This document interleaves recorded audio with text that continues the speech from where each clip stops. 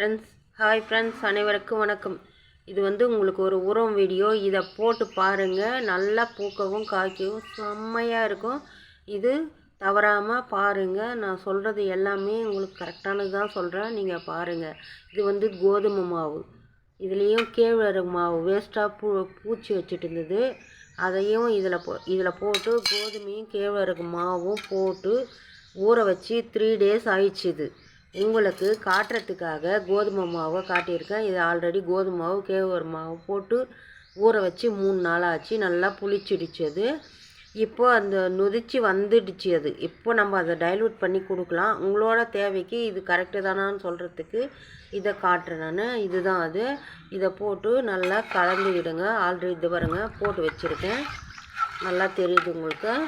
இதில் டீ தூள் இதெல்லாமும் போட்டு வச்சுருக்கேன். உங்களுக்கு நல்லா பூக்கவும் காய்க்கவும் நல்லா செம்மையாக இருக்க. நீங்கள் இது மாதிரி செய்யுங்க. என்னோடய செடிங்களுக்கு நான் எதையும் பண்ணுறதில்ல. இப்படி தான் எல்லாத்தையும் போட்டு கொடுத்துட்டு வரேன். வேஸ்ட்டாக நீங்கள் தூக்கி கீழே தான் போடுவீங்க. அது இதில் போட்டு செடிங்களுக்கு கொடுத்தோம்னா நம்ம செடிங்க நல்லா வரும். ஓகேங்களா? வாங்க. இப்போது நான் இதில் தண்ணி வச்சுருக்கேன். இதில் ஒரு அளவு தான் தண்ணி வச்சுருக்கேன். இதில் ஒரு 3 அளவு தண்ணி வச்சுக்கணும். இப்போ இதில் ஊற்றி கரைச்சிக்கலாம். இது தண்ணி பத்தாது. இன்னும் கொஞ்சம் தண்ணி போட்டுக்கலாம். இன்னும் ஒரு அளவு ஊற்றிருக்கேன். இன்னும் 2 அளவு தண்ணி இதில் ஊற்றிடலாம். அடுத்த ஒரு அளவு 2 அளவு இப்போ ஊற்றிடுவோம். இதோட 2 அளவு ஊற்றியாச்சு. இப்போது இதை கலந்து விட்டு எல்லா செடிகளும் இது மாதிரி விட்டு பாருங்கள். இது போல் விட்டு தான் ஊற்றி இந்த மாதிரி ஆர்கானிக் உரங்கள் போட்டு தான் என்னோடய செடிங்க பூவும் காயுமா எல்லாம் நல்லா பூக்கும், காயும் காய்க்கும்.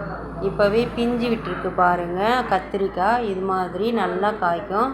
உங்களுக்கே தெரியும் அது எவ்வளோ எறும்பு சுற்றிட்டு எப்படி இருந்தது அந்த செடி, இப்போ எப்படி இருக்குதுன்னு பாருங்கள். உங்களுக்கு ஒரு ஃபுல் வீடியோ போட்டுருந்தேனே, அதில் காட்டினேன் பாருங்கள். அந்த ஃபுல் வீடியோவில் அந்த கத்திரி செடி ஃபுல்லாக உரம் பிடிச்சிட்டு அந்த வெள்ளைப்பூச்சி அஸ்வினி பூச்செல்லாம் தாக்கி ரொம்ப செடியே ஸ்பாயில் ஆகிடுச்சு. அதை இது மாதிரியெல்லாம் உரம் கொடுத்து அப்புறம்தான் என்னோடய செடிங்கெல்லாம் நல்லா இருக்குது. இது சாமந்தி செடி. இது எவ்வளோ நல்லா வந்திருக்குன்னு பாருங்கள். எல்லாமே இது மாதிரி தான். இது ஹால் பைசி கரம் மசாலா செடி. அது இப்போ தான் நான்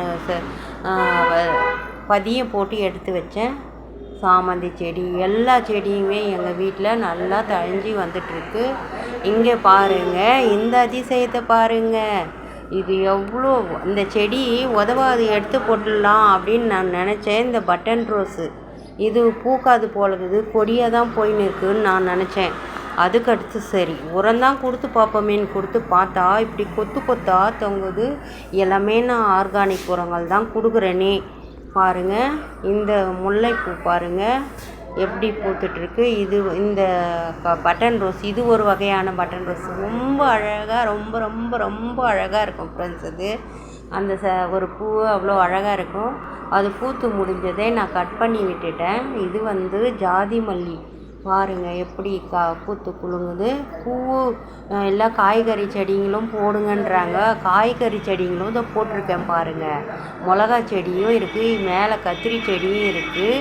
அங்கே இப்போ பாருங்கள் அந்த என்னது கொத்தவரங்காய் செடி எல்லாமே போட்டிருக்கேன் நான். கொத்தவரங்காய், முள்ளங்கி எல்லா செடிங்களும் இருக்கும். அதுக்கெல்லாம் இந்த உரங்கள் தான் கொடுக்குறேன் ஃப்ரெண்ட்ஸ் நான். நீங்கள் தவறாமல் இது மாதிரி கொடுத்து உங்கள் செடிங்களை நல்லா பெருசாக பண்ணி நல்லா ஆர்கானிக் உரங்கள் போட்டு செழிப்பாக வாழ பழகிக்குங்க.